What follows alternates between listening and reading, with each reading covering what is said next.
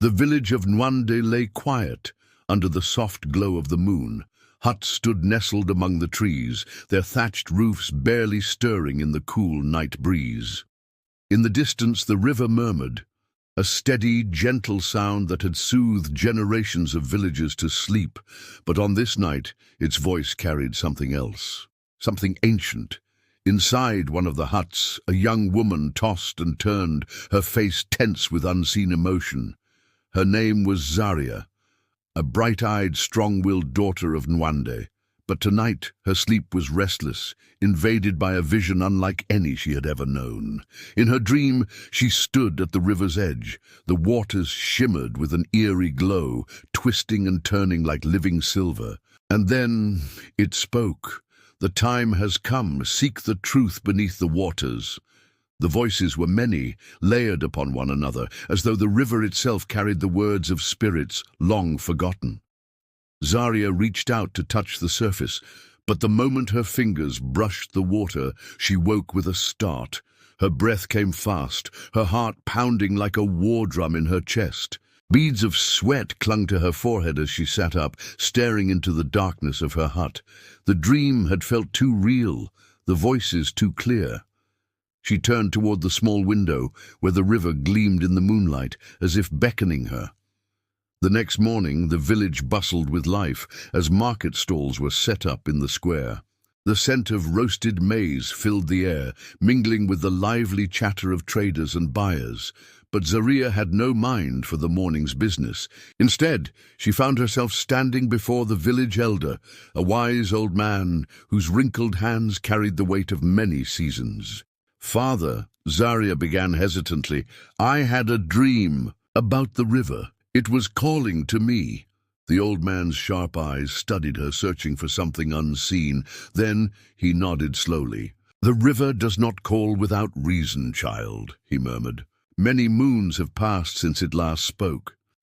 His gaze drifted toward the distant waters, a shadow of memory flickering across his face. "If the river has chosen you, then your path is set." That night, unable to ignore the pull of destiny, Zaria found herself standing at the riverbank once more. The cool wind whispered around her, rustling the reeds as if urging her forward. She knelt, dipping her fingers into the water. The whispers returned, clearer than before. "Find the key, beneath the water." Then, as if in response to her presence, the current shifted. The surface of the river parted slightly, revealing a faint golden glow beneath the water. Zaria's breath caught. Whatever lay beneath, it had been waiting for her. The river's glow pulsed, a heartbeat in the still night. Zaria hesitated for only a moment before she took a deep breath and plunged her hands into the water. The current swirled around her fingers, warm and strangely alive. Then she felt it. A smooth, circular object buried beneath the riverbed.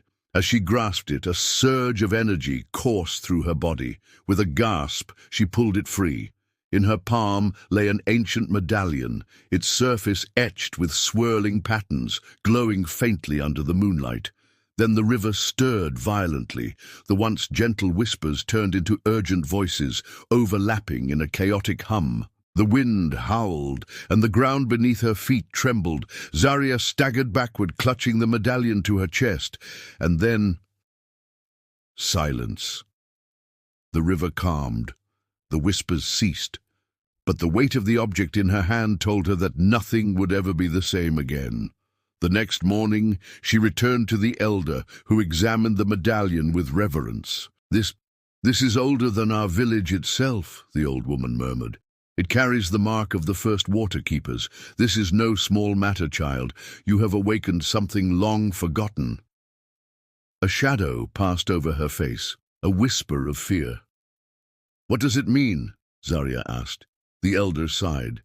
"It means you must seek Idris." The name sent a ripple through Zaria's mind. Idris was a wanderer, a man with knowledge of the old ways, one who had long been whispered about in hushed tones. If anyone knew the secrets of the river, it would be him. Determined, Zaria set out into the wilds beyond the village, the medallion heavy against her skin. She had no way of knowing what awaited her, only that the river had chosen her, and she could not turn back now. Into shadows Zaria found Idris deep in the forest, his eyes keen and watchful. When she told him of the river's call and the medallion, he listened in silence, then nodded. "There is an entrance beneath the river," he finally said, "a gateway to what lies below, but it is not unguarded." That night, under the full moon, Zaria and Idris stood at the river's edge. He chanted ancient words, and the medallion in Zaria's hand began to glow. The water parted, revealing a hidden staircase leading into darkness. Who dares disturb the silence of the forgotten? A figure emerged from the shadows, tall and cloaked in swirling darkness. Its eyes glowed with an unnatural light.